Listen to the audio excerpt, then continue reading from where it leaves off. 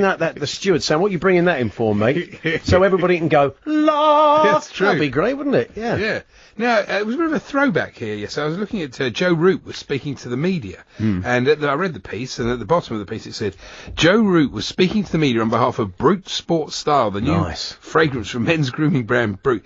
Yeah. Do you remember? I do. Henry Cooper. I mean, a great tradition of such a traditional sporting thing. promotion. I hadn't heard that name. Kevin Keegan. Oh, for years and years. I'll tell you what, for the boys and girls out there too young to remember and wouldn't know that Brute had a bit of a profile in the world, we'll find it for you. Yeah. Our producer and our assistant producer will find Henry Cooper and Kevin Keegan selling Brute, and we'll bring you that a little bit later on. I remember, I mean, I was very young, but I remember when it came over. Well, I was. I mean, when you first started doing the rounds, when you first went on the circuit, at sort of 18, when you were 17, first on 18, on the market, you're doing the clubs, you're doing the bars. Yeah.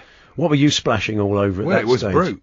Was it really? Yeah. It was Brute was the one. I thought you'd be high end. I know you were moneyed. Brute I thought Brute was high end. Something from Jermyn Street, I would imagine. No, when it started, Brute was high end. Yeah. Was it? Brute was high end? Oh, yeah. Really? Let's stop saying Brute was high end, but I find it hard to believe. Well, the first bottle of aftershave I was ever bought was by an aunt from Avon. Right? Yeah. No, she wasn't from Avon. Not Avon of Somerset. From Ding Dong Avon's Calling. Yeah. Again, that's mean nothing to you unless you know about Kevin Keegan and Henry Cooper. But it was called... You're assuming that our audience is under 20 or I was about 11. It was called Hud. Hud? Not with two D's like Roy Hud. There wasn't a great... Heard of Avon Calling? Avon, no, never heard of Avon Calling. No chance. You're only 12. Yes. So anyway, Hud with a 1D. Yeah. So that's what are you wearing today? I'm wearing Hud. Talking of that, there's some very young people in the office.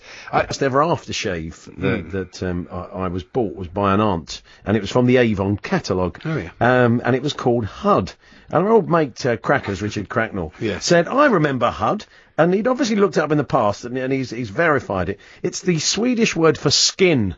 Really? Hud. Yes. So that's obviously where it was a great old film. It was an old Paul Newman sort of cowboy film, wasn't it? Which was rather good as well. But anyway, we got talking about aftershave of the past because Joe Root did an interview yesterday in association with his good friends at Brute, because Brute is very much back.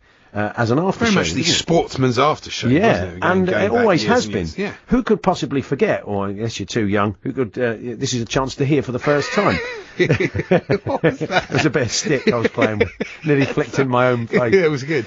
So good, yes. Have a listen to this. It's Kevin Keegan, I'm sure you've heard of him, kids, ask your dad, and the late great Henry Cooper. The fine heavyweight boxer, and they appeared in. I'm sure Joe Root and Ben Stokes will be appearing in a very similar ad soon. But have a listen to this.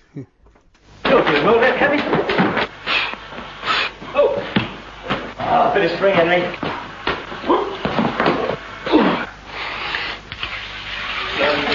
Good workout today, Henry. And after a good workout, nothing beats a great smell of Brute. Here, you trying to muscle on my act? Yeah, why don't you throw the towel, Henry? Good.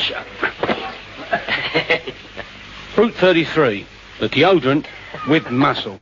Well, it's like the sound quality's gone. It did sound like they'd fallen down the stairs for the first 30 seconds, but we heard what was going on at the end. It's quite an old ad. Quite knockabout acting by the two of them. You say acting. Yeah, well, you know. Yeah. It wasn't Hollywood, was it? Got to cut them some slack. Yeah, I know.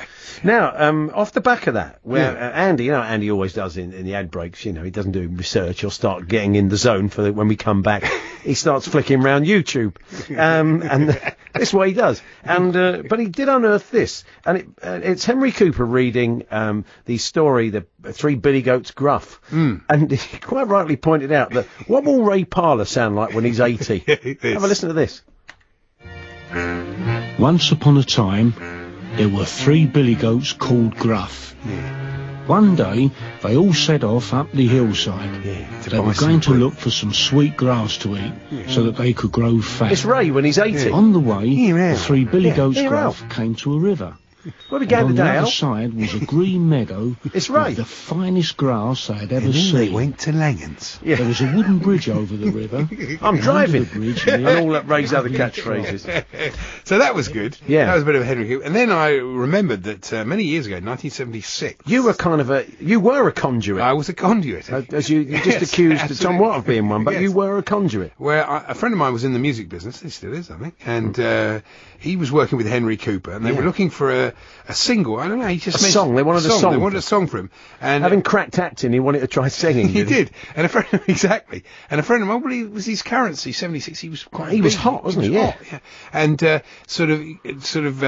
friend of mine was from Chiswick, was a musician, had his own band. So I said to him, "Could you come up with a song for Henry Cooper?"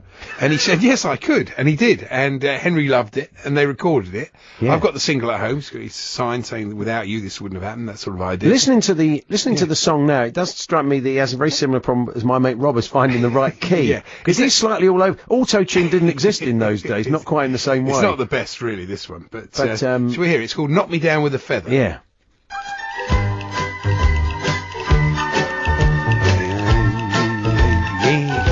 It's that kind of song, you get the idea, don't you? Could be the theme music to a sitcom with Queenie Watts in it. Ask your nan. Be my old lady, sitting on the stairs. See what I mean? Yeah. He spoke like Noel Coward in real life. No one could get a tuning fork into the Empire Paul Wembley. Such a tender glow. This could be Ray singing as well. Why don't we get let's get Ray back in the studio with Alan remake to do "Knock Me Down with a Feather." Here we go, chorus. Well, you can knock me down with a feather, so long as we're always together. But I'll never fall out of love with you. Yeah. Well, the thing is, of not course, heavily influenced by the progressive rock of the time, clearly. No, not really. And the thing about that is, of course, that Henry wasn't a professional singer. Well, he wasn't. He was an amateur. Well, what's the difference? Well, there's only one man to ask. See, the amateur game is the amateur game. That's the amateur game. Well, there you go. In case you just joined us, it's the closing stages, the very last dregs of International Week, which is why we're talking about the late, great... well, it's fair enough.